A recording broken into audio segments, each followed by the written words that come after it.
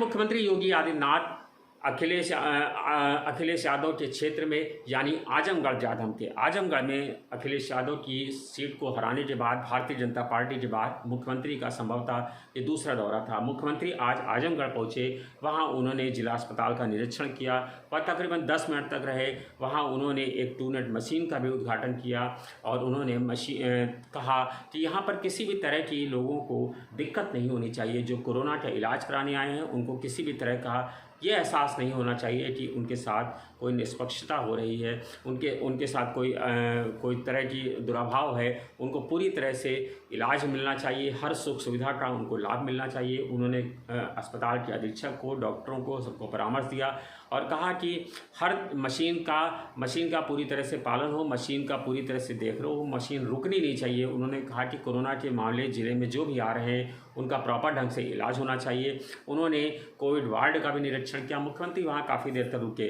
उन्होंने कहा कि हमने जो प्रवासी मजदूर आ रहे थे उनको लाने में किसी तरह की कमी नहीं बरती। उन्होंने कहा जो लोग बाहर से आ रहे थे हमने उन्हें जूते, चप्पल, राशन, 1000 रुपये की मदद धनराशि भी उनको दी है। उन्होंने कहा कि अभी भी हम प्रवासी मजदूरों को, कामगारों को बड़ी संख्या में ले आ रहे हैं। उन्होंने कहा कि आजमगढ़ ऐसा जनपद है जहाँ के बहुत सारे लोग मुंबई में काम करते हैं। मुंबई से बड़ी संख्या में आजमगढ़ के लोग आए हैं। हमने सबका ख्याल रखा, बेरोक टोक, बिना किसी दुराभाव के हमने सबको लेकर के उनको उनके घरों तक छोड़ा है। अब हम इन सभी को रोजगार भी मुहैया करा रहे हैं। उधर आपको बता दें कि आज चूँकि मुख्यमंत्री सुबह गोरखपुर में थे और अभी शाम को आजमगढ़ पहुँचे हैं, तो टीम 11 के साथ बैठक मुख्यमंत्री के बजाय मुख्य सचिव राजेंद्र कुमार तिवारी ने की। राजेंद्र कुमार तिवारी ने टीम 11 के साथ बैठक करके तमाम सारे निर्देश दिए हैं। मुख्य सचिव ने कहा कि जो कोविड अस्पताल हैं उनका पूरी तरह से निरीक्षण किया जाए, जो ESI हॉस्पिटल हैं उनका निरीक्षण कर लिया जाए।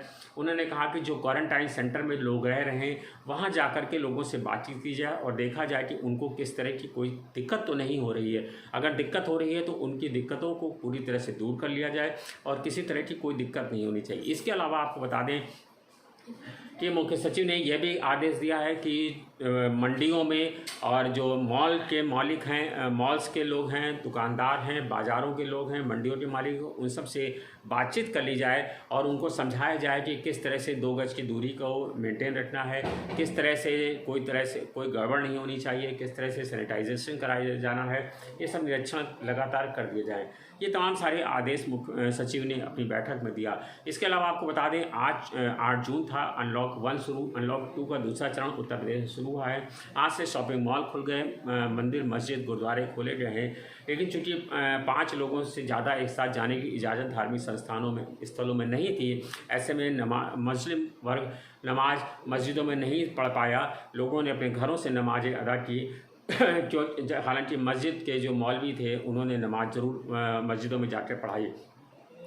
आपको बता दें कि शासन प्रशासन की ओर से गाइडलाइन दी गई थी कि सभी मंदिरों और मस्जिदों का सैनिटाइजेशन कराया जाए। तमाम मथुरा के मंदिर हैं और तमाम सारी मस्जिदें हैं जिन्होंने अपने यहाँ सैनिटाइजेशन नहीं कराया है और उसका विरोध किया है। उन्होंने कहा कि हमारे यहाँ धार्मिक स्थलों पर शराब नहीं मानी जाती है, शराब त्याज्य है और शराब का वहाँ पर इस्तेमाल नहीं हो सकता है और सैनिटाइजेशन में अल्कोहल का इस्तेमाल होता है। तो मस्जिदों में उन्होंने सैनिटाइजेशन कराने का विरोध किया है और मस्जिदों में सैनिटाइजेशन नहीं होने दिया गया है।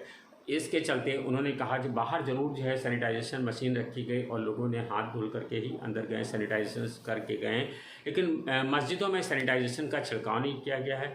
वहीं कुछ मथुरा से जो रिपोर्ट्स आई हैं, कुछ और अन्य जगहों से, मंदिरों से हमारे पास जो रिपोर्ट्स आई हैं, कुछ मंदिरों में भी विरोध किया गया है और कहा गया है कि हम सैनिटाइजेशन का छिड़काव नहीं कर सकते हैं क्योंकि इसमें अल्कोहल मिला हुआ है।